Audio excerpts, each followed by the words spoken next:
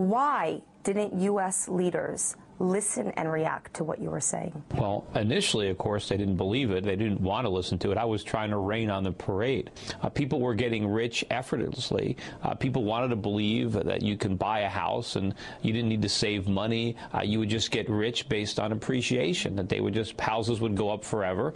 And because there was that belief, I mean, the lenders, obviously, no one cared about getting paid back. They just assumed that, well, the house will always rise in value. And nobody really wanted to be told that there was no Santa Claus, and that was basically what my role was. I mean, the reason we're in trouble is not because the housing bubble burst.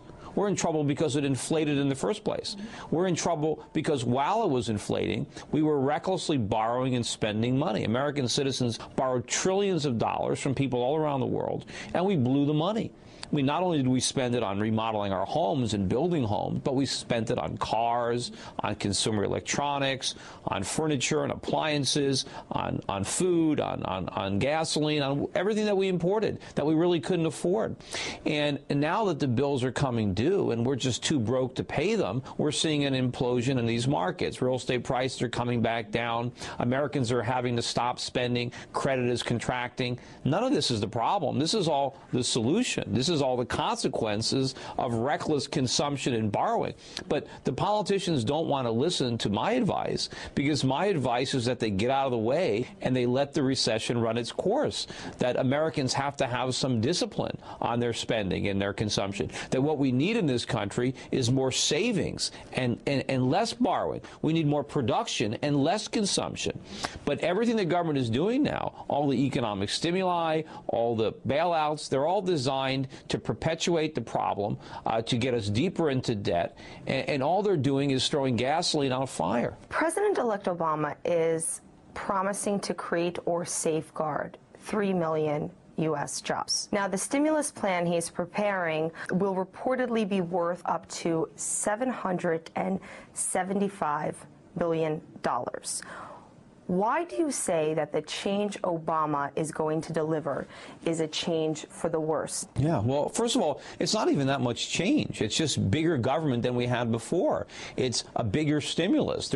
It's not an understanding of the problems. You know, the government is not the solution. The government created the problems. What we need for meaningful change is we need government that understands why we got into this mess, and that the solution is less government spending, lower taxes. We need to slash programs. We need to, dismantle our military-industrial complex. We need sounder monetary policies. We need higher interest rates in this country, not lower interest rates. We need to do things exactly the opposite. But Barack Obama is just more and bigger government, and he's blaming our economic problems on the market as opposed to the government, which is where it belongs. And he's talking about creating millions of jobs. The government can't create any jobs. The government doesn't have any wealth. All the government can do is redistribute the wealth that the private sector creates.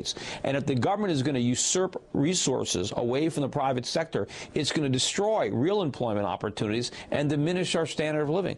Do you think the American people are going to have patience with President-elect Obama? I think a lot of Americans are going to be disappointed if they think that Barack Obama can just ride into town and all of a sudden everybody's home equity is going to come back. All of a sudden they're going to get jobs and their retirement, their IRAs and their pensions are going to come back. I mean, nothing is going to happen. The government has no wealth. The government has a printing press, and they can pretend to create wealth by printing money, but that illusion won't last very long. I think we're on the verge of another major crisis that's far greater than the one the government is trying to deal with now, and that is the coming collapse in the value of the U.S. dollar. I think we're going to have a run on our currency. I think the dollar is going to completely fall through the floor, and that's going to unleash problems much greater than the ones we have now, because it's going to send both interest rates and consumer prices up into the stratosphere in this country. You said that once the rest of the world senses the direction our dollar is going in, and once the U.S. creditor nations realize it, they're going to stop buying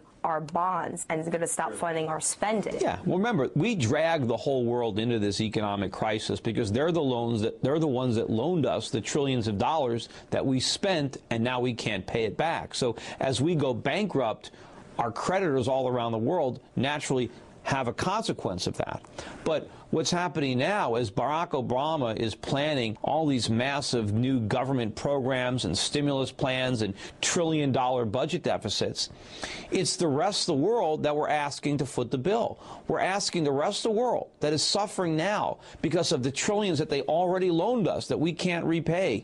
We're asking them to loan us trillions more.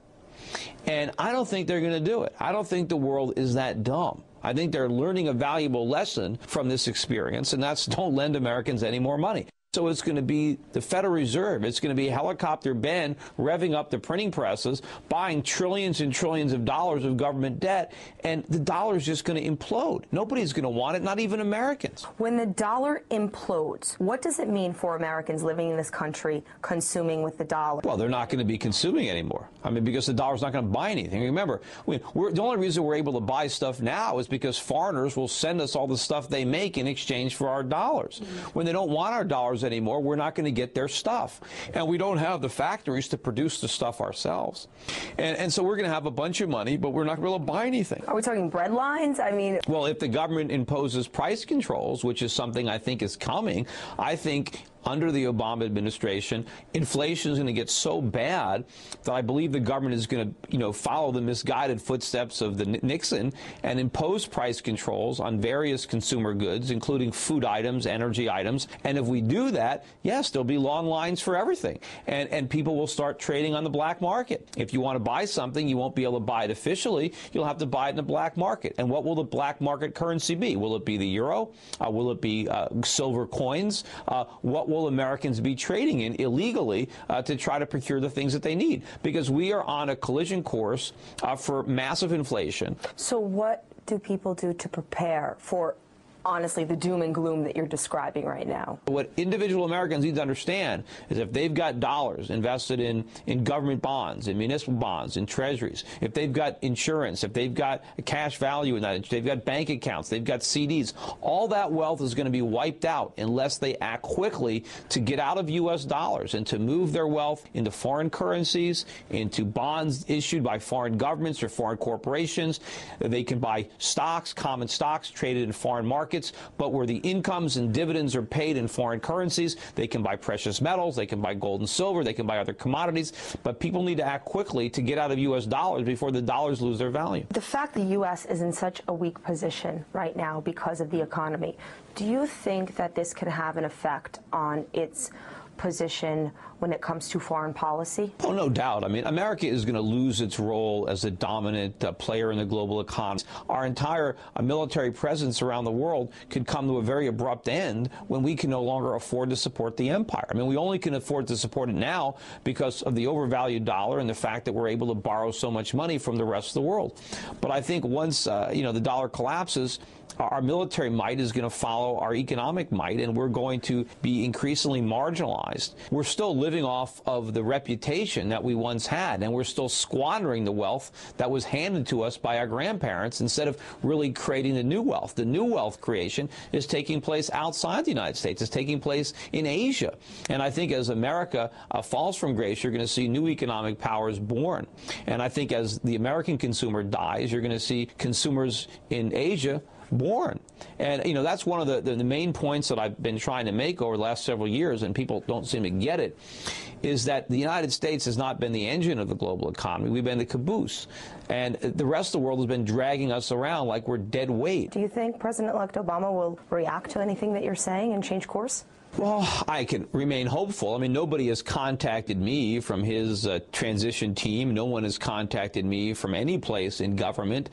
It seems that they want to talk to all the people who have been wrong, all the people who I was arguing with, who said that what I was saying was impossible, that made fun of me.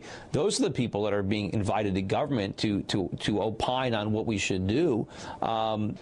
They don't give any credibility to my view whatsoever, or others like me who maybe weren't on television as often as I was or didn't write books, but we're still arguing the same thing. I wasn't the only person who could see this coming. I was just the only person who saw it coming and then went on TV and screamed about it or wrote about it.